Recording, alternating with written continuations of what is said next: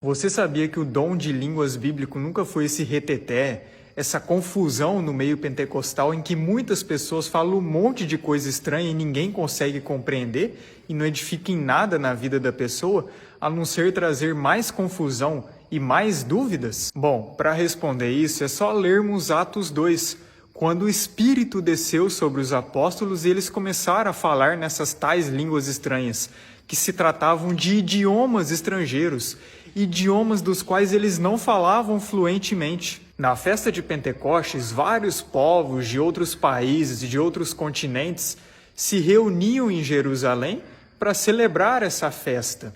E ficava muito difícil a comunicação com quem não sabia o idioma nativo deles. Então, naquela época ali, haviam árabes, egípcios, romanos, asiáticos, e todos estavam reunidos nesse mesmo local. Então, após o Espírito Santo descer sobre os discípulos, eles começaram a falar em outros idiomas, nos idiomas desses povos estrangeiros, para que todos os povos pudessem compreender a mensagem, já que o Evangelho é para todos os povos, para todas as nações. Por isso que o texto deixa bem claro, cada um ouvia falar em seu próprio idioma materno. Esses povos mesmos falaram, todos nós ouvimos as grandes maravilhas de Deus em nossas próprias línguas. Então os discípulos que não eram fluentes nesses idiomas foram capacitados pelo Espírito Santo para pregar o Evangelho em várias línguas diferentes, para que vários povos diferentes pudessem compreender. O dom de línguas é como se fosse um contraponto da Torre de Babel. Na Torre de Babel, os idiomas foram confundidos para que os povos que ali falavam um só idioma não pudessem compreender o que o outro falava, para que o propósito deles não fosse concretizado, de erguer essa torre que era um tipo de blasfêmia contra o Criador. Já no Pentecostes foi um contraponto desse acontecimento.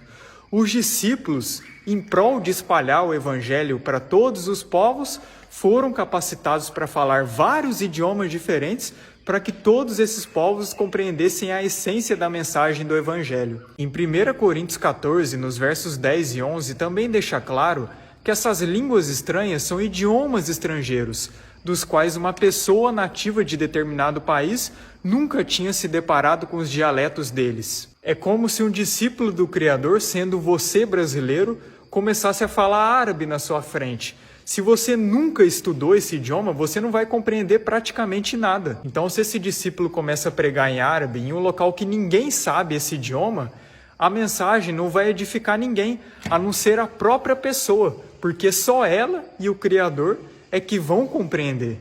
Por isso, o dom de língua só é útil se tiver pelo menos alguma pessoa naquele local que possa compreender o idioma, porque se ninguém conseguir compreender, de nada adianta. E vira confusão. Então é isso. As línguas estranhas são idiomas estrangeiros, que alguns servos do Criador são capacitados por ele, por intermédio do Espírito Santo, para pregar o Evangelho para outros povos, que não falam o idioma que o discípulo fala. Aí o discípulo é capacitado a falar um outro idioma que ele não é fluente, para que esses povos de outros países possam compreender a mensagem dele.